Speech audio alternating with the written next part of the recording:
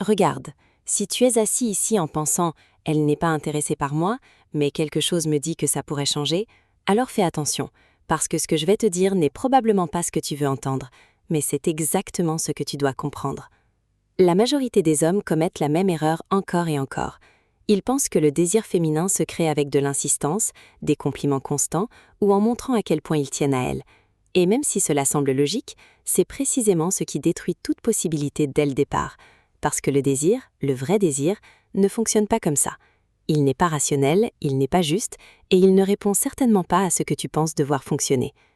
Voici la partie controversée. Une femme ne commence pas à te désirer parce que tu veux lui plaire. Elle commence à te désirer quand elle sent qu'elle ne peut pas te prévoir complètement, quand il y a quelque chose en toi qui n'est pas disponible à 100%, quand elle perçoit que ton monde ne tourne pas autour d'elle. Et oui, je sais que cela peut sembler dur, parce qu'on t'a appris le contraire. Être plus attentif, plus présent, plus disponible. Mais en pratique, cela te place souvent dans une position où elle ne ressent ni émotion, ni défi, ni curiosité. Et sans ces trois éléments, le désir n'apparaît tout simplement pas.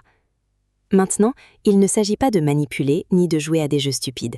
Il s'agit de comprendre comment fonctionne la psychologie féminine à un niveau plus profond. Il s'agit de changer ton approche, arrêter d'essayer de la convaincre et commencer à devenir quelqu'un qui suscite naturellement de l'intérêt.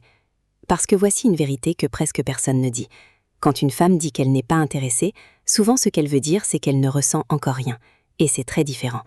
L'intérêt peut changer si tu sais provoquer les bonnes émotions. Dans cette vidéo, je vais t'expliquer exactement comment faire. Pas à partir de fantasmes ou de phrases clichés, mais à partir de principes réels qui influencent la façon dont une femme perçoit, ressent et réagit face à un homme. Et si tu fais attention, tu commenceras à remarquer des changements, non seulement dans la façon dont elle te voit, mais aussi dans la façon dont tu te positionnes dans chaque interaction. Maintenant, décomposons cela étape par étape. Premièrement, arrête de la poursuivre. L'erreur qui détruit toute attraction. Laisse-moi te dire quelque chose directement, comme si nous étions assis côte à côte. Si tu sens que tu dois courir après une femme pour qu'elle te prête attention, tu es déjà en train de perdre. Et ce n'est pas parce que tu n'es pas assez bien, mais parce que tu joues le jeu à l'envers sans t'en rendre compte. La plupart des hommes pensent que plus ils donnent d'attention à une femme, plus ils ont de chance. Ils lui écrivent en premier, répondent en quelques secondes, sont disponibles tout le temps, lui font des compliments constants et pensent que cela crée de l'attraction. Mais en réalité, ils éliminent tout mystère, toute émotion, toute raison pour qu'elle se pose des questions sur eux. Et voici la partie inconfortable. Quand tu poursuis trop, tu ne sembles pas intéressé, tu sembles en manque. Et dans la psychologie féminine, cela change complètement la perception. Parce que le désir ne naît pas du besoin, il naît de la curiosité, de l'incertitude, de la sensation qu'il y a quelque chose à découvrir. Pense-y comme ça. Si tout est servi sur la table dès le début, quelle émotion reste-t-il? Aucune. Il n'y a pas de défi, pas de surprise, pas de processus. Et sans processus, il n'y a pas d'investissement émotionnel de sa part. Cela ne veut pas dire que tu dois l'ignorer ou agir comme si tu ne t'en souciais pas. C'est une autre erreur courante. Il s'agit d'équilibre. Il s'agit d'arrêter de poursuivre et de commencer à attirer. Et cela change complètement la dynamique. Quand tu arrêtes de poursuivre, tu commences à faire quelque chose de beaucoup plus puissant. Tu te concentres sur ta vie, tes projets, tes objectifs, ta croissance. Et cela crée une énergie différente. Tu n'es plus l'homme qui attend de l'attention, tu es l'homme qui a une vie qui mérite d'être observée. Et quelque chose d'intéressant se produit. Quand une femme sent que tu n'es pas facile à obtenir, sa perception change. Elle commence à se poser des questions sur toi, à remarquer des détails qu'elle ignorait avant, parce qu'il y a désormais quelque chose qu'elle ne peut pas contrôler totalement. Et cela éveille son intérêt. Beaucoup d'hommes ont peur de cela, parce qu'ils pensent « si j'arrête de la poursuivre, je vais la perdre ».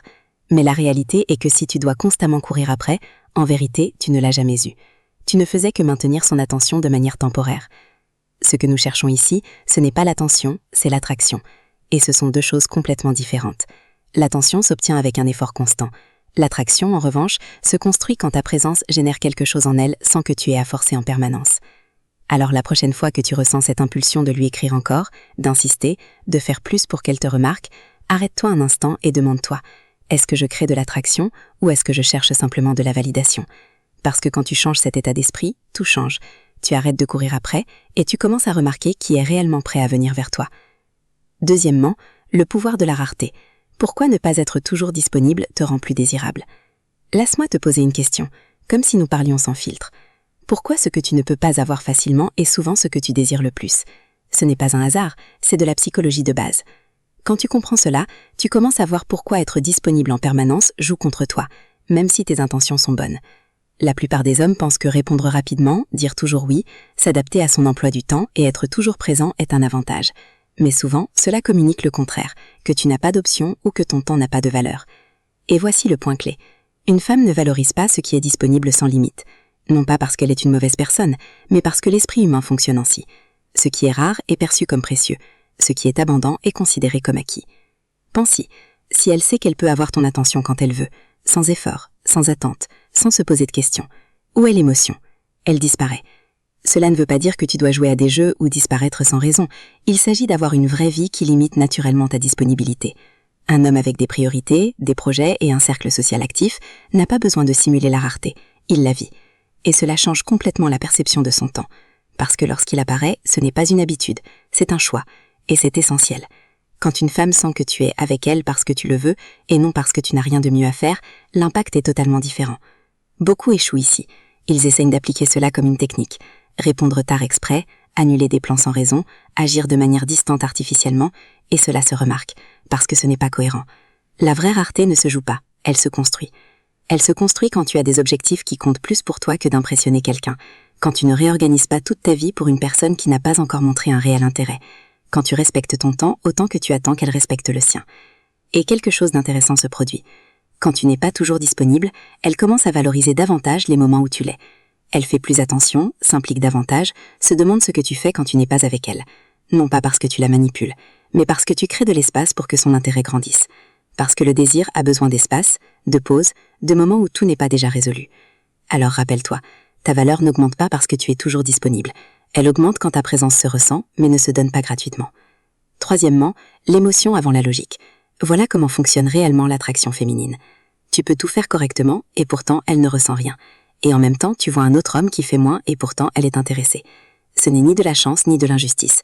C'est parce que tu essayes de créer de l'attraction par la logique, alors qu'elle fonctionne par l'émotion. L'attraction ne se décide pas, elle se ressent. Quand tu parles trop, en expliquant, en essayant de convaincre, en prouvant que tu es une bonne option, tu entres dans un terrain où le désir ne naît pas. Tu veux qu'elle pense à toi alors que tu devrais lui faire ressentir quelque chose. Des conversations prévisibles, des interactions plates, sans surprise, ni tension, et sans t'en rendre compte, tu deviens quelqu'un de facile à comprendre, donc facile à ignorer.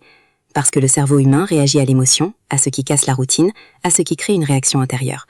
Quand une femme ressent de la curiosité, de l'intrigue, du plaisir, ou même une légère incertitude, elle commence à te prêter plus attention. Non pas par décision, mais parce que quelque chose